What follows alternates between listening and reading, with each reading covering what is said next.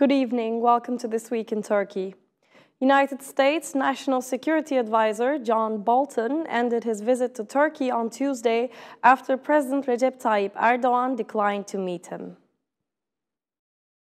Erdoğan dismissed Bolton's calls for the protection of the Kurdish YPG militia as a precondition to a U.S. troop withdrawal from Syria. Bolton has made a serious mistake, and whoever thinks like this has also made a mistake. It is not possible for us to make compromises on this point, Erdoğan said in an address in the Turkish parliament. The YPG is a crucial ally in Washington's war against the Islamic State, but Ankara considers it a terrorist group linked to the PKK. In his address, Erdoğan also warned that preparations were complete for a military operation against the YPG. We will very soon mobilize to eliminate the terrorist organization in Syria, he said. If there are other terrorists who would attempt to intervene in our intervention, then it's our duty to eliminate them as well. Turkish forces have been massing for weeks along the Syrian border. Observers said the threat of a Turkish operation against the YPG in northeastern Syria, where around 2,000 US soldiers are deployed, was the reason for US President Donald Trump's decision to withdraw from Syria. It's presumed that Turkey's anger over preconditions announced by Bolton before a US withdrawal, including security guarantees for the Kurdish militia, may have brought forward the timing of a strike against the YPG. About his refusal to meet Bolton, Erdoğan told reporters that it was not a deliberate snub, maintaining that Bolton's meeting with both the presidential spokesman and the defense minister was sufficient.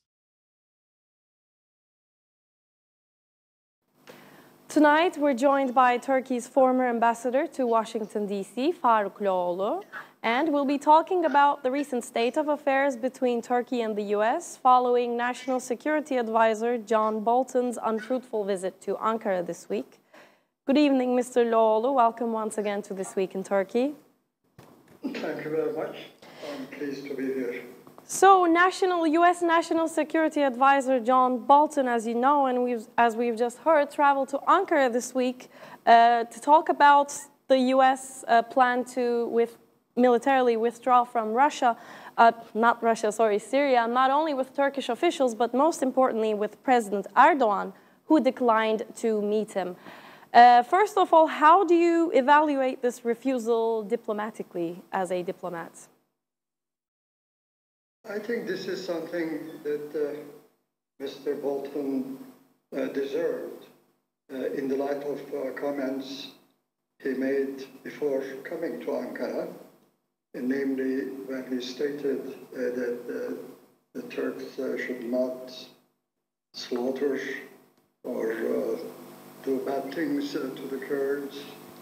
Mr. Loğoğlu, as you just mentioned, Erdoğan publicly denounced Bolton's remarks, the remarks made by Bolton in Israel prior to his visit in Ankara about Kurds. In that very same speech, Erdoğan proclaimed that Turkey would soon take action to, I quote, neutralize terrorist organizations in Syria. So it seems that a new operation may be in the cards. What do you think? Is this likely in your opinion?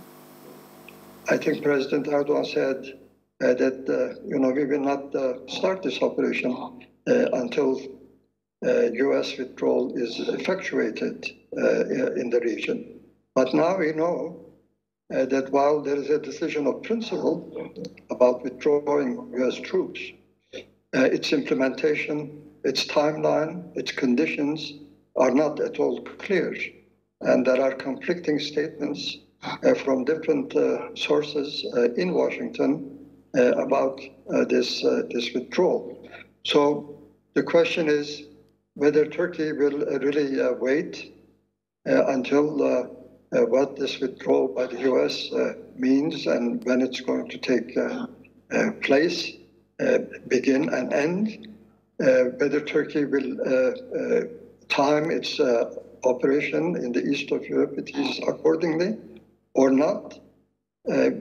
We don't know, except if we look at the statements originating from Ankara, whether it's from President Erdoğan or the Minister of National Defense and other officials, that such an operation is imminent in the east of Euphrates. imminent, of course, means not a very long time. And this is why, given the fact that Turkey is on the eve of an important local election process, the government might be obliged to deliver in its discourse about the necessity and the timing of such an operation.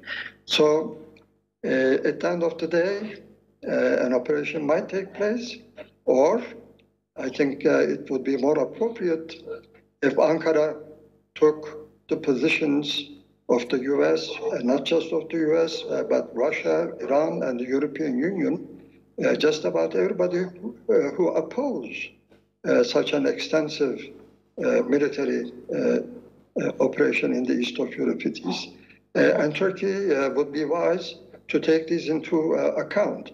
This is not to say that Turkey has no right to address the question of YPG controlled in the east of Euphrates. YPG is an extension of PKK, according to Turkey, and it's a terrorist organization. But I think there should be ways of addressing this question without necessarily a military operation, and particularly demand from the U.S. to use its extensive influence and clout on YPG to do as Turkey expects them to act. This final remark links very well with our next question, Mr. Loğoğlu. So as you've just mentioned several times, the focal point, the main point of this rift between Ankara and Washington at the moment seems to be their divergent attitudes towards the Kurdish YPG militia. But as you said, there has to be a way out of this situation, which looks more or less like a deadlock at the moment. So in your opinion, is there a possible solution that would address the sensitivities of both parties, and that a solution that would address both of their demands? Is it possible or likely? No, I think it is quite possible because it is not a clear-cut situation where the only alternative is armed conflict. I think we have to consider what we are up against if we take such an extensive military operation. I think Turkey has every right to defend itself against terrorist attacks emanating from Syria. And given the fact that the Syrian government cannot and does not fulfill its obligations to fight terrorism, if you recall, there is a 1999 Adana agreement between Syria and Turkey, where Syria undertakes to defend, to address, to fight against PKK terrorism in Syria and its extensions. But the way out is continuing negotiations between Turkey and the United States. It is also incumbent upon Turkey to develop lines of communication with the Kurdish circles in Syria, which are not part of YPG or PYD. And as we have said many times before, that Turkey must reestablish its line of connection and start a dialogue with the government in Syria. Turkey must tender the resolution of YPG in the east of Euphrates to the other parties. It's their responsibility. Only and only if it is absolutely clear that there is no progress in eliminating and addressing the control of YPG in the east of Euphrates, then Turkey can act. But there is no hurry. There is always time for diplomacy. and I think diplomacy should be tried to the bitter end.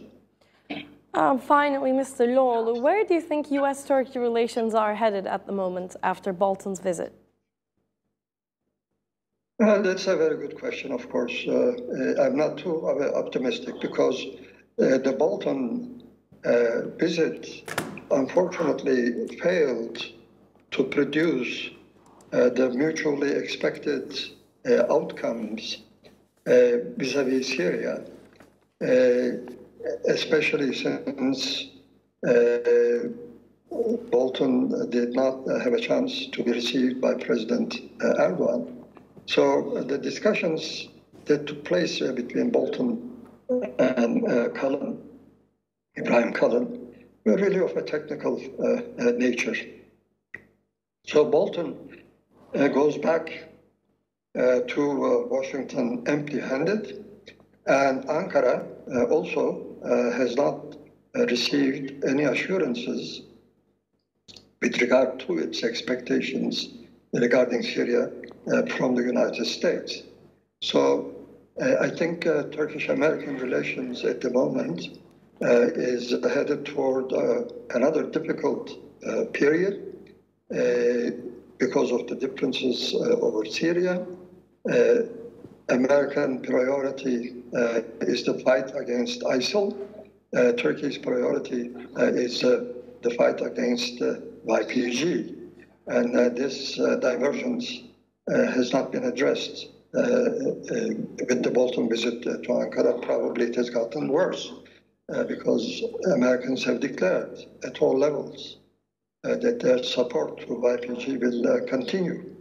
And this is going to be a major problem. But of course, there are many other issues, bilateral and regional, in the Turkish-American ties. The Iranian issue, the Khashoggi murder, relations with Saudi Arabia, Israel, the S-400 missiles, the question of F-35 fighters, the sale or proposed sale of Patriot missiles to Turkey, the extradition questions of Gülen and others, and American expectations of the release of American citizens held in Turkey. So the list goes on, and there has been no progress on those issues. And now, with the added layer of the Syrian problem, things will be more and more difficult. The only possible cure might be the steps and the relationship between President Erdogan and President Trump. Because it's very clear that at the lower levels, there is not much of a chance of progress. This is not to say that, by the way, contacts between Turkey and the U.S. are continuing at the technical level. A delegation from Turkey is apparently going to Washington, headed by a deputy foreign minister from Ankara. But I think the crunch of a possible resolution and settlement of the differences in Syria will require a clear understanding, a new understanding between President Erdogan and President Trump. Thank you very much, Mr. Loğoğlu, for your comments and for being with us tonight. My pleasure, always. Tonight, we were joined by Turkey's former ambassador to Washington, D.C., Faruk Loğoğlu, who answered our questions on the latest in Turkey-U.S. relations. And now we'll continue with our next news video. President Erdogan met main opposition Republican People's Party, CHP's mayoral candidate for Istanbul at the presidential complex in Ankara on Thursday. After the meeting, Ekrem İmamoğlu said, "It was a pleasant chat in which we certainly talked about Istanbul, and I listened to his experiences, suggestions, and advice. In my opinion, he told precious anecdotes." Our aim is to start an impeccable period with minimum mistake. In this sense, it has been a beneficial and pleasant meeting. I thank Mr. President for providing this opportunity, he added. İmamoğlu said he has been visiting the previous metropolitan mayors that have served in Istanbul, and his meeting with Erdogan was arranged in this context. İmamoğlu added that they talked about their wish for a fair, respectful, and civilized election environment. He also spoke over the phone with Binali Yıldırım, Parliament Speaker, and the ruling Justice and Development Party AKP mayoral candidate for Istanbul in the March 31st elections.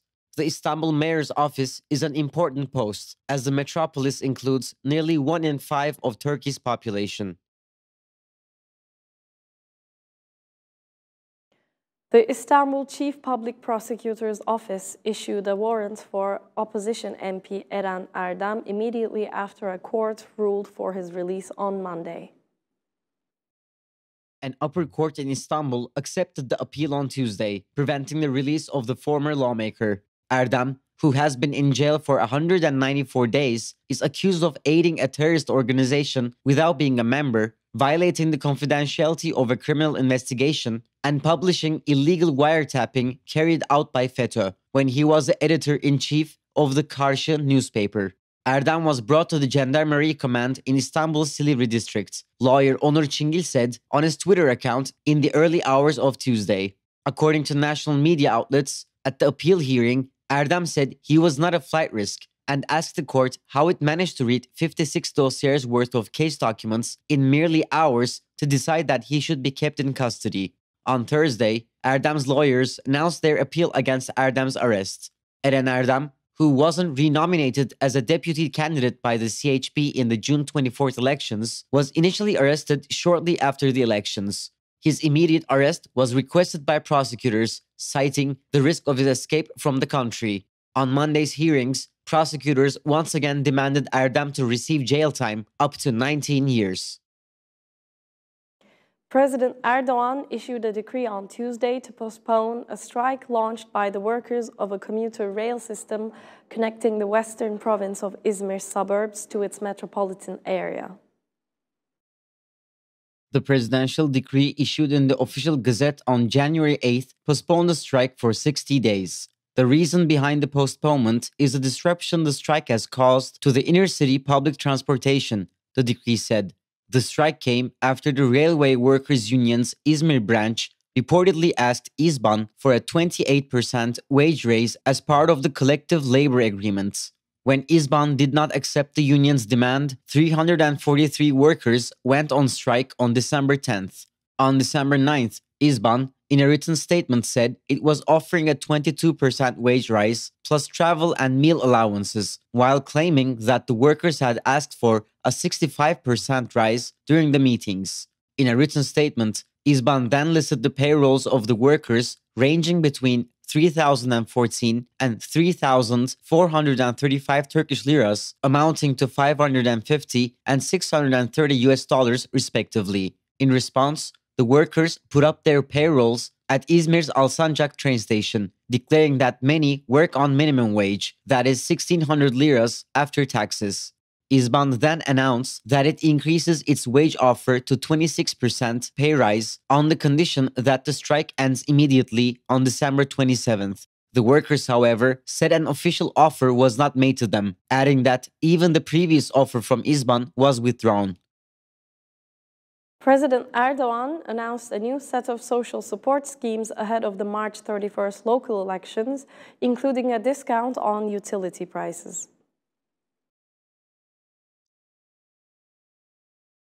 Speaking at the Turkish parliament, President Erdogan said the state would begin to provide an average of 80 liras each for 2.5 million regular recipients of government assistance in electricity bill support.